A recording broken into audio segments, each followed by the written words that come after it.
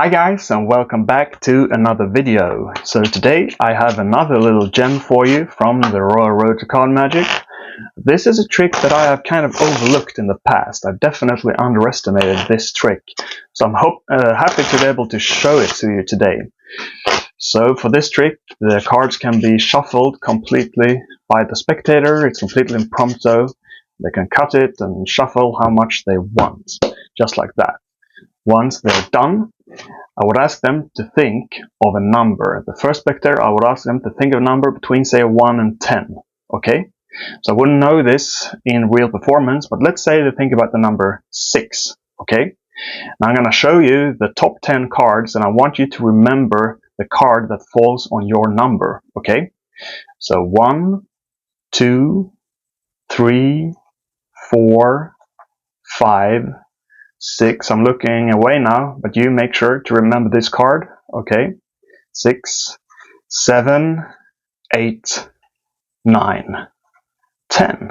Okay, so you have a card in mind now? Very good. Now I would turn to my second spectator and ask him to think of a number between 10 and 20.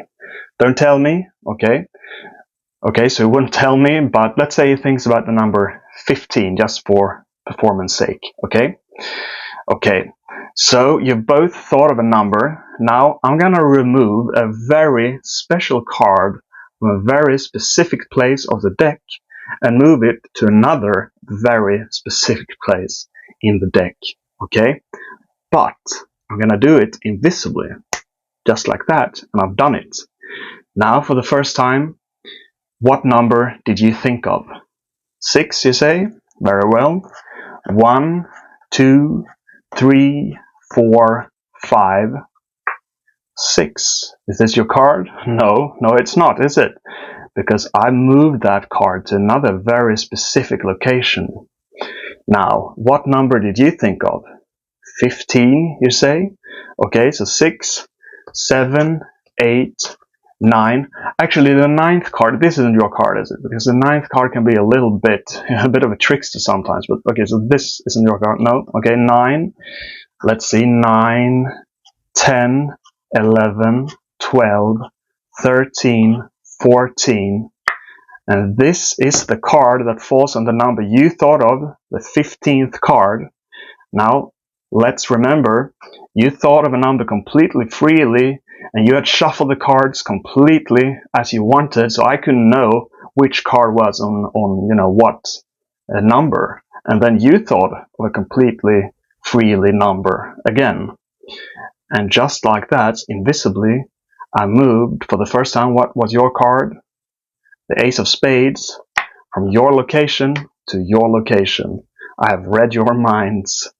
And I hope you like this trick, guys. Let's get into the tutorial. Okay guys, I hope you liked that performance and this trick. And if you did, please remember to leave a like down below and subscribe, because we have more very awesome tricks coming up. Okay guys, as I said, this trick is from the Royal Road to Card Magic. It's called Mentalivity, and it's on page 186 in the book, if you want to follow along yourself. I've overlooked this trick in the past because it has one weakness, the way they describe it in the book, and I've tried to come up with a way to get around that, and I'll explain both versions in this tutorial, okay? So, as I said, this trick is completely impromptu, so the spectator can shuffle the cards how much they want,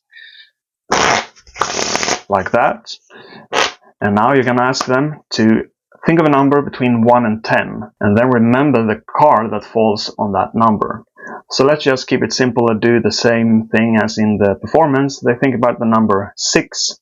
So you show them one card at a time. So 1, 2, 3, 4, 5, 6. So in this case, they're going to remember the 10 of diamonds, 7, 8, 9, 10, okay?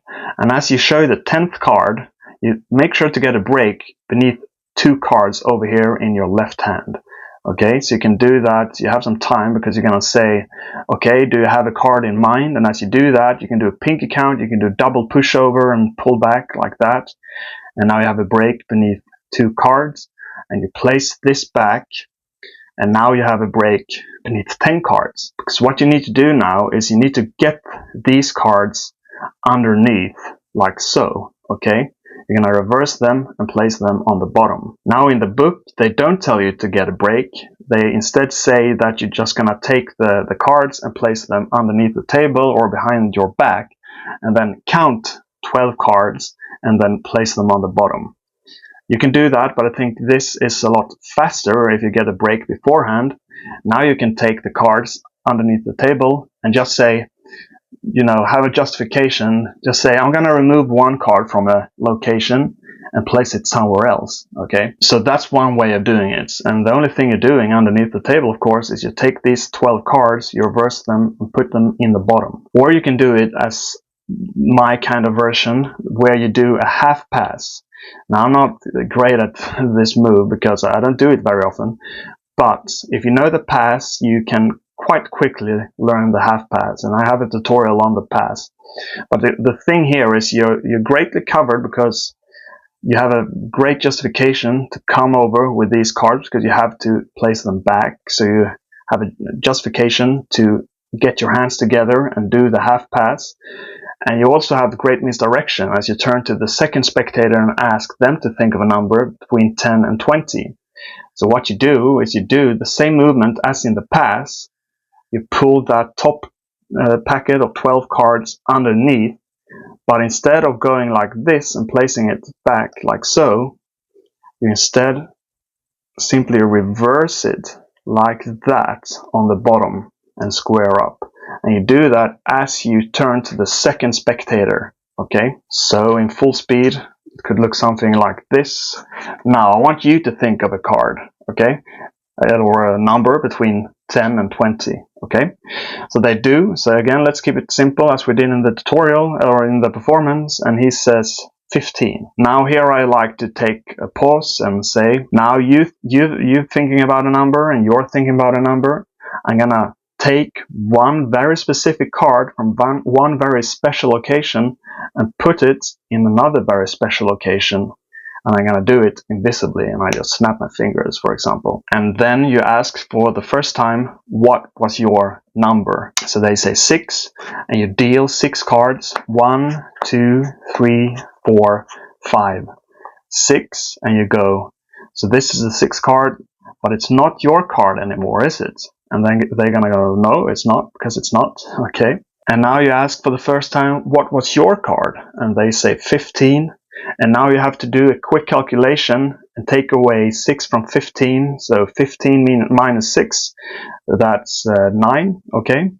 And you've dealt 6 cards. What you're going to do is you're gonna have to deal to 9 and then reverse the deck and keep dealing from the bottom. So 6, 7, 8, 9, and here's a kind of misdirection they give in the book. If you have another idea, please feel free to share it down below. But you can go like, okay, the 9th card is a little bit tricky sometimes because, you know, sometimes it can fool you. I don't know, something like that. But this isn't your card, is it? So that's your misdirection to simply, if you're sitting down, to set the deck down like this, reversing it as you turn the attention to the cards over here. Or if you're standing up, you simply let your hand fall to your side and just flip it over like so. Okay, but anyways, we flipped it over.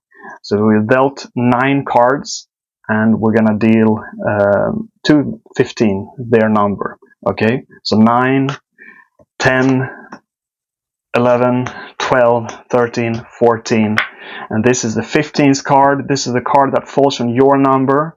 Remember, you thought of a number completely freely. You thought of a number completely freely. I moved one card from your position to your position. So for the first time, what was your card? Was it the 10 of diamonds? And yes, it was. And that is actually a very strong trick. As I said, I overlooked it from the beginning because I don't really like the thing where you had to take the deck and place it underneath the table or behind your back. But you can justify that by doing what I say, by saying that, okay, I'm removing one card and putting it somewhere else. But I don't want to spoil the trick, so I'm going to do it behind my back or underneath the table. I think that is a perfectly fine justification. But I think this is slightly better, and it's a very strong trick. It's a very, very strong mind reading trick. So I really hope you try this out and let me know in the comments how it goes. Now, remember, when we reach 3,000 subscribers, we're gonna have a giveaway and a very cool card trick, so make sure to subscribe. And I hope you liked this trick, and if you did, leave a thumbs up, subscribe, and see you next time. Have a wonderful day. Bye bye.